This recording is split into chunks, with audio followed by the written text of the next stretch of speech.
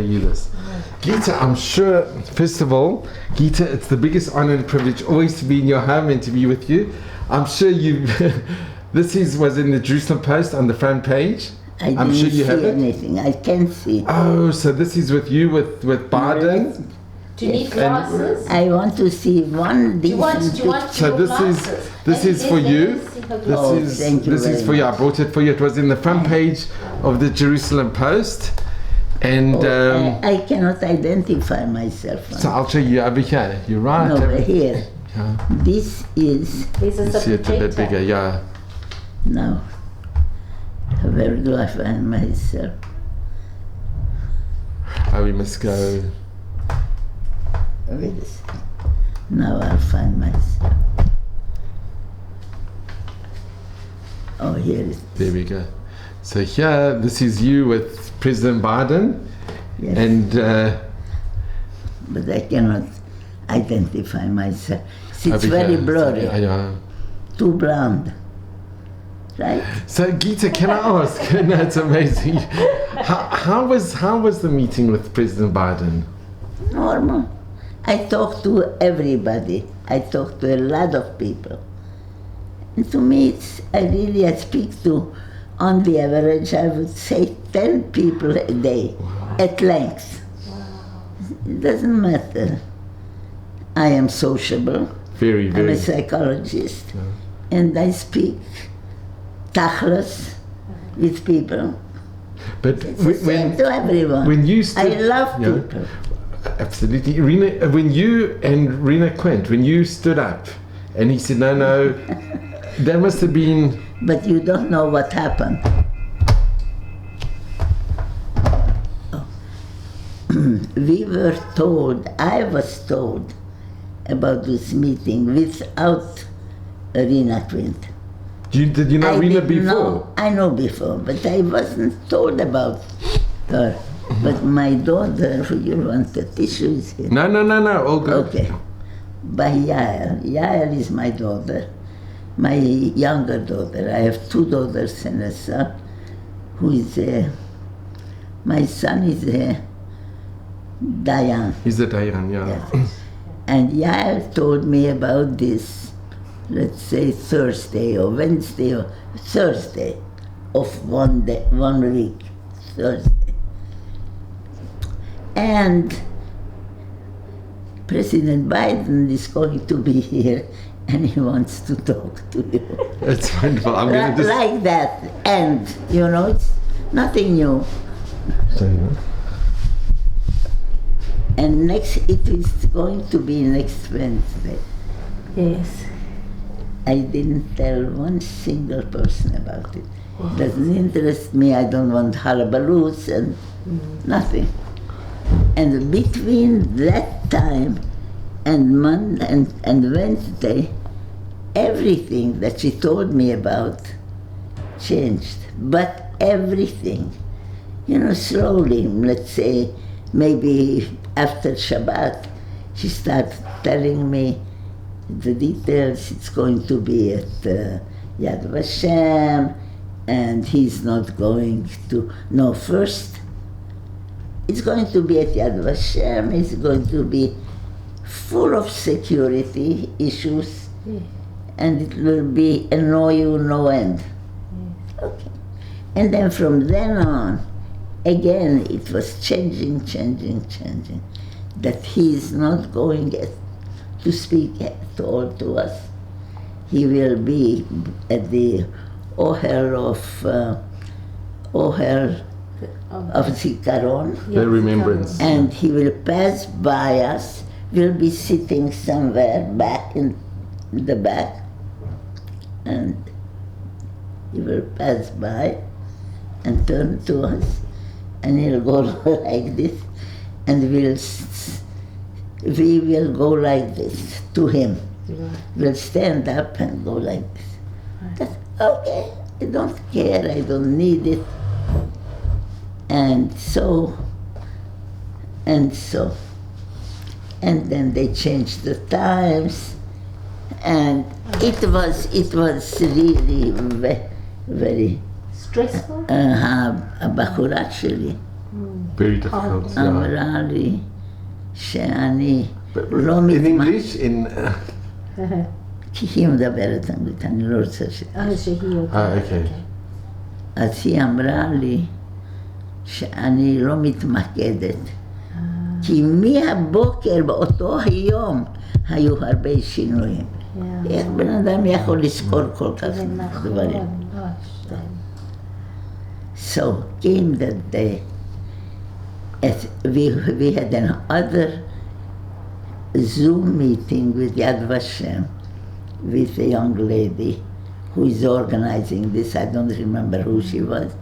And they have it at Yad Vashem. They have a man who is the historian of Yad Vashem. And he told us that he is going to ask questions and we will answer him. And the question, the one single question that he will have for us is, I am Just so drink. thirsty. Yeah, just drink. It's fine. It's fine. Will be what we conjure up with the word home. Ah, interesting.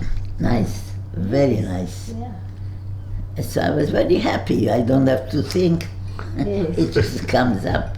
Yeah. I was very glad. Now came the day, and million policemen, and all over, and we are also in the same hall of remembrance, and we are sitting this.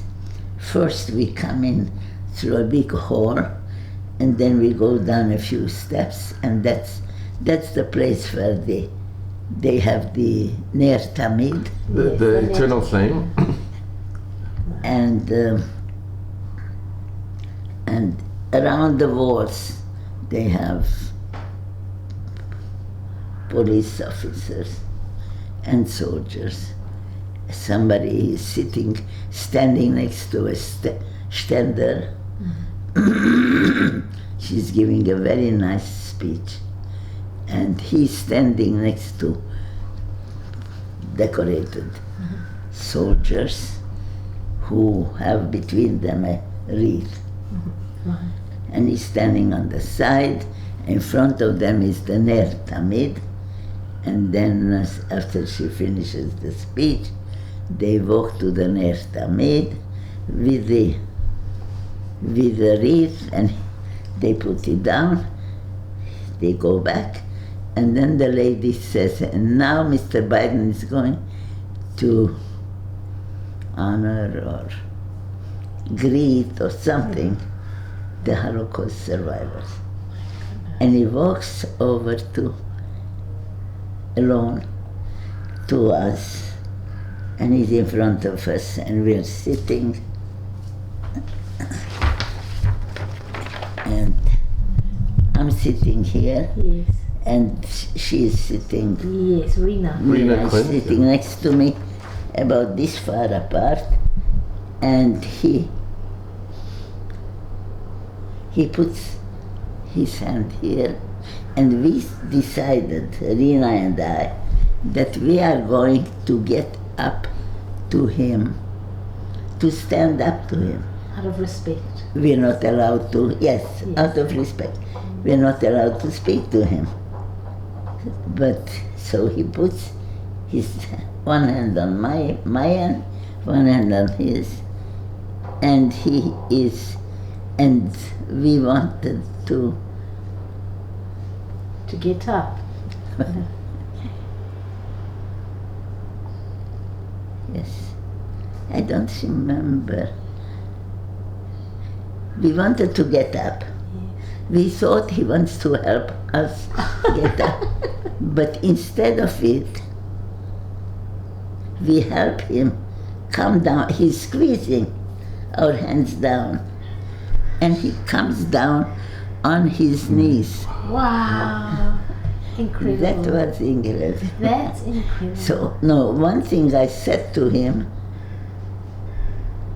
but I am overwhelmed.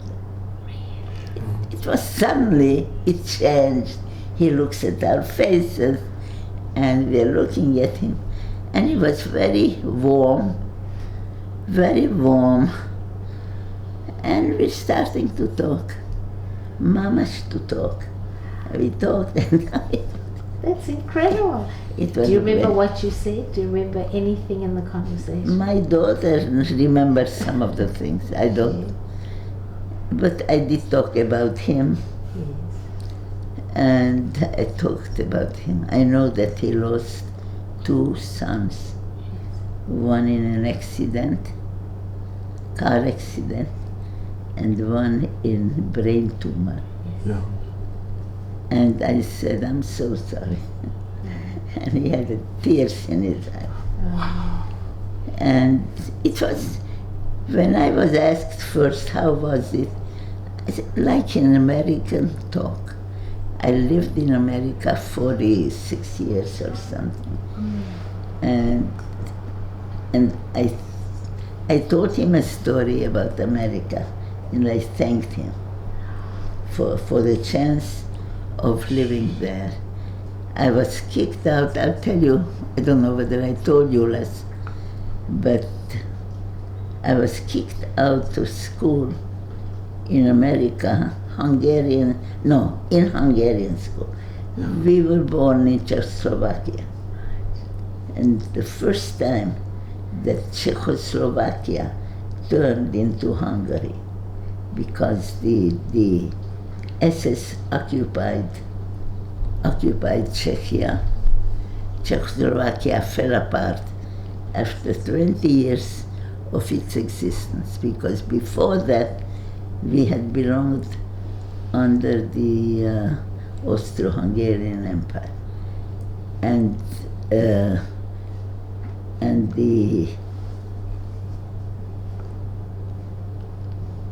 Czechs and Czechoslovakia fell apart.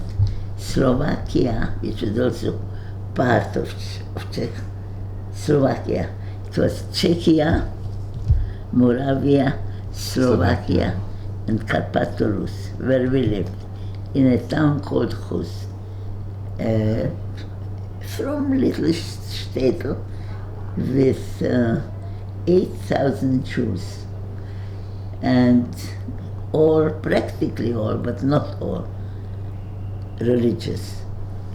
3 big shuls, and not all religious. Our family was Orthodox. There was no Jewish schools for Jewish girls. There were cheder, there was a yeshiva, but not a Jewish school for girls. And we started at age 5 to learn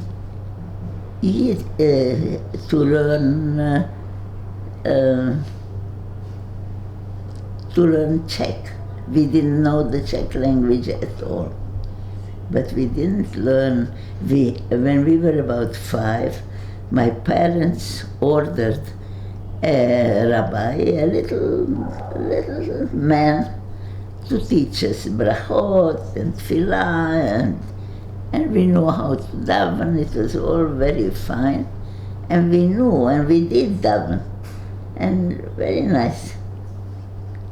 But we didn't learn anything, and we learned Czech very well, and it was very good schools, and we learned together with kids who came from Ukrainian background and Hungarian background and German. There were some Germans living there. The town had a population of 20,000.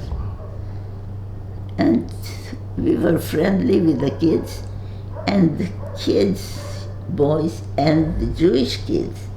When the Jewish boys went to cheder, they came, I don't know, at 7, 8 o'clock. They came into regular school, had to take off their kippah, and sat there with the long payas from Cheder to regular school. And we helped, yes, they imported from Czechia a few hundred Jewish Czech families, because we needed people to bring in the influence of the culture, of the Czech culture. And it worked. And the Jewish kids were helping those children. No, the Jewish kids were helping the Czech kids. They weren't very bright. Jewish kids are very bright.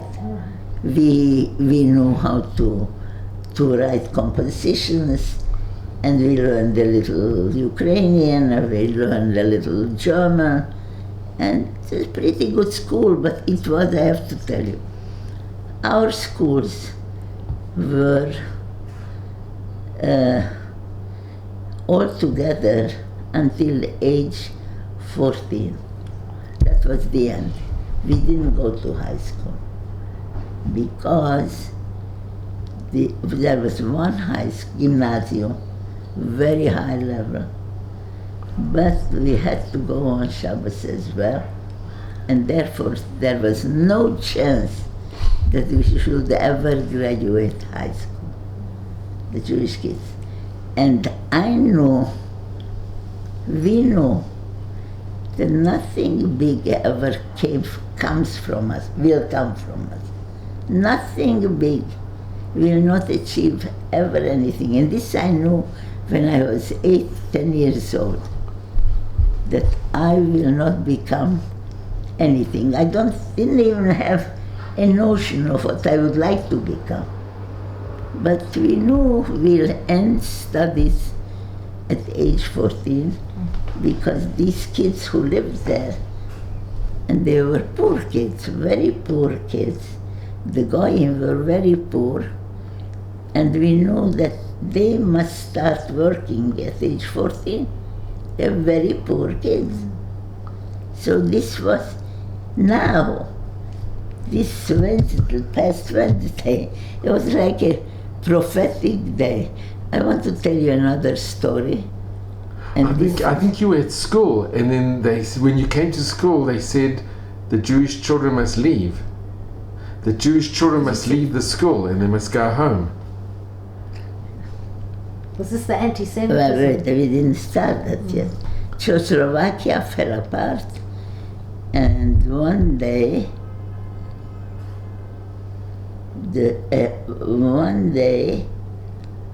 the policemen, the Hungarian police, we sent back the Czech people.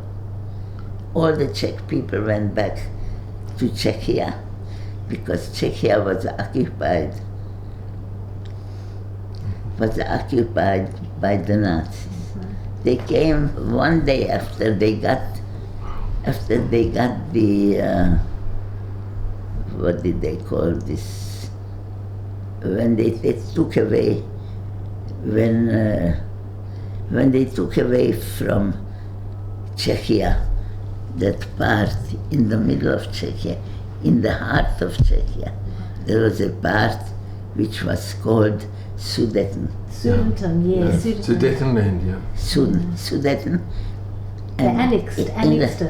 They annexed it. Yeah. But who gave it back? England Yeah. and France.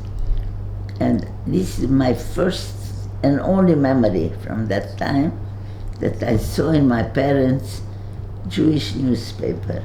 In the middle of the newspaper, they got it every day, the Jewish Yiddish newspaper that they read.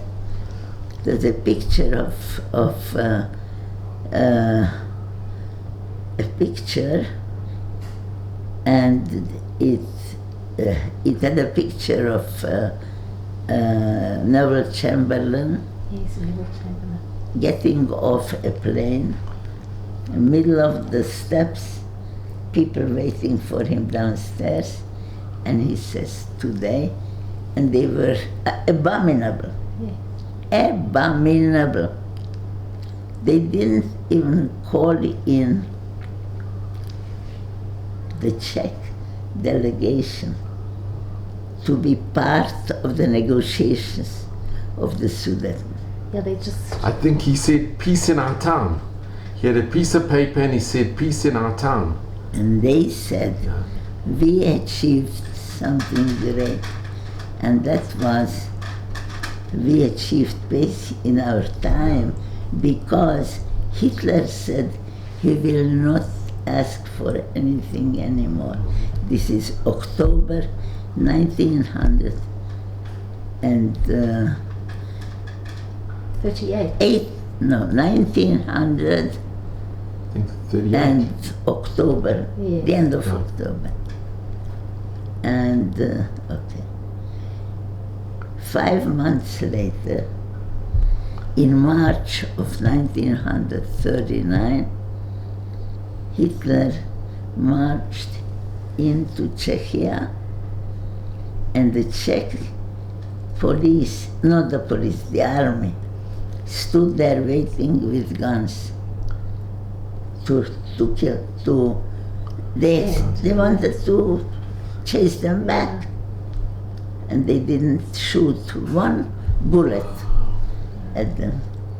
And at the same time, the Hungarians, March 1939, the Hungarian army marched into Karpatalus, our place, and we were standing on the street, my father and I, we were standing to watch the Hungarian army, and my father was crying with tears when they marched in.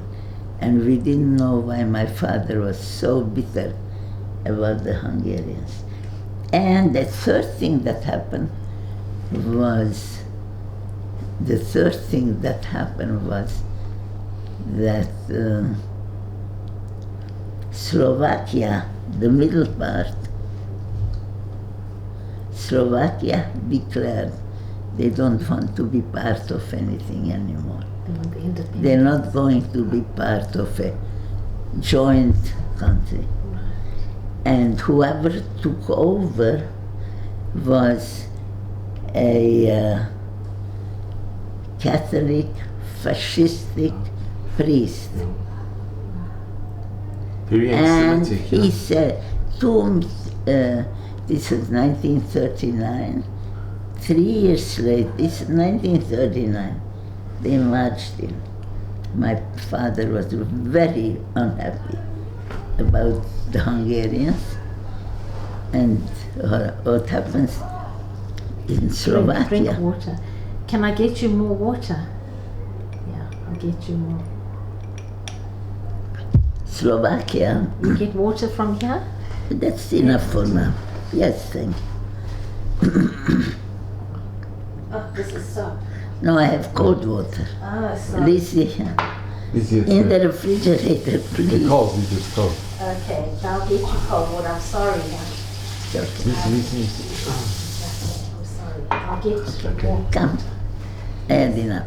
I just want to tell you this because this is a sequence. Yes. 3 years later, nobody minded, nobody objected when Slovakia became an independent Slovakian nation. And what they did 3 years later, this man, this fascist, called some Jewish people, men and women, Yeah. and he told them, we need your children. Give us your children from age 16 and 18. And they will be working for us. And we will watch them very well. Oh. And you will be able to stay at home here in Slovakia. And this was already 1942, 3 years after the World War II began. And the parents became crazy. You know, they want to take away their children. In previous in previous times,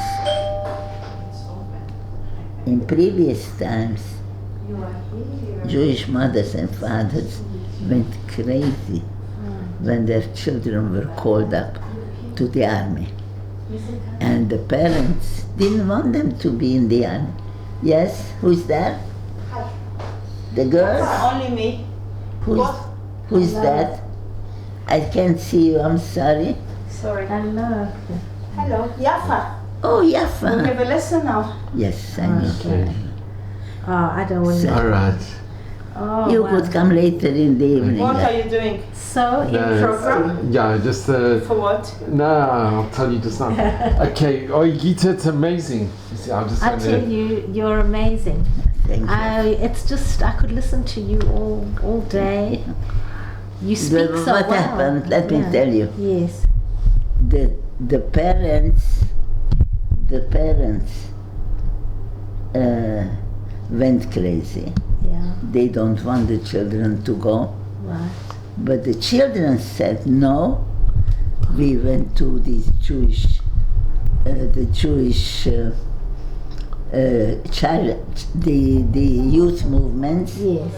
and we know how to work. We learned how to do things. We are going. Yes, I must. I'm quite fun. I'm sorry. All right. I just want to end off, Gita. Thank you. I just want to show you. Okay, so Gita, I just want to thank you so much. This was Lucy. Well, 1 minute. This was in the Jerusalem Post on the front page, and who would have believed, Gita? You met with the German president as well. Yes. But that the president of America would be kneeling to you, it's unbelievable. You know, if you would have thought when you were in Auschwitz that one day the president of America will be kneeling to you, would you have ever dreamt that something would have been like that? It's incredible. But Gita, I want to tell you something very nice about Joe Biden. I heard an interview before he came to Israel, and they asked him, what is your connection with the With him? Jews? With him. And you know what he said? It was on the radio. I heard, and they had it on television. Oh, yes. So they said to him, what was your connection with the Jews?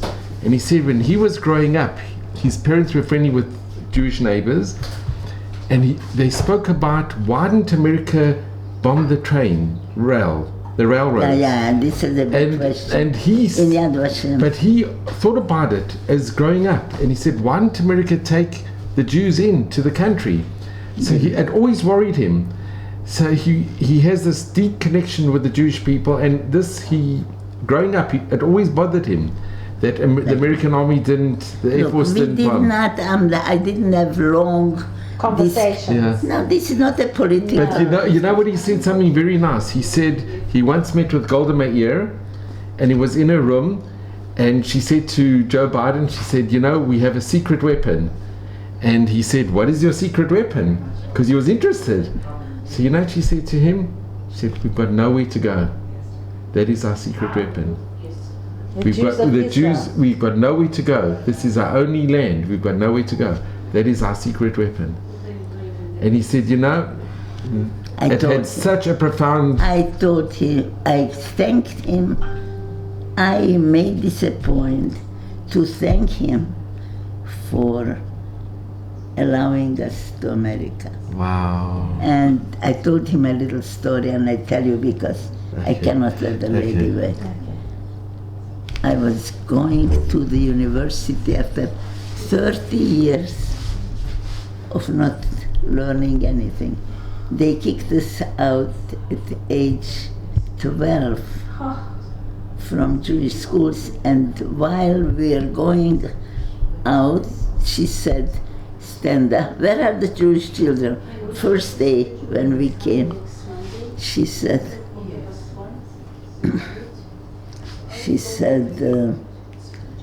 you go out through the door. So I will disturb you, darling, because Okay. We just ending, and then she said you have to go. We will have to do it, otherwise there will be no lesson. I'm sorry. And Gita, thank you so much. I We will so come again appreciate. for nothing. Yes.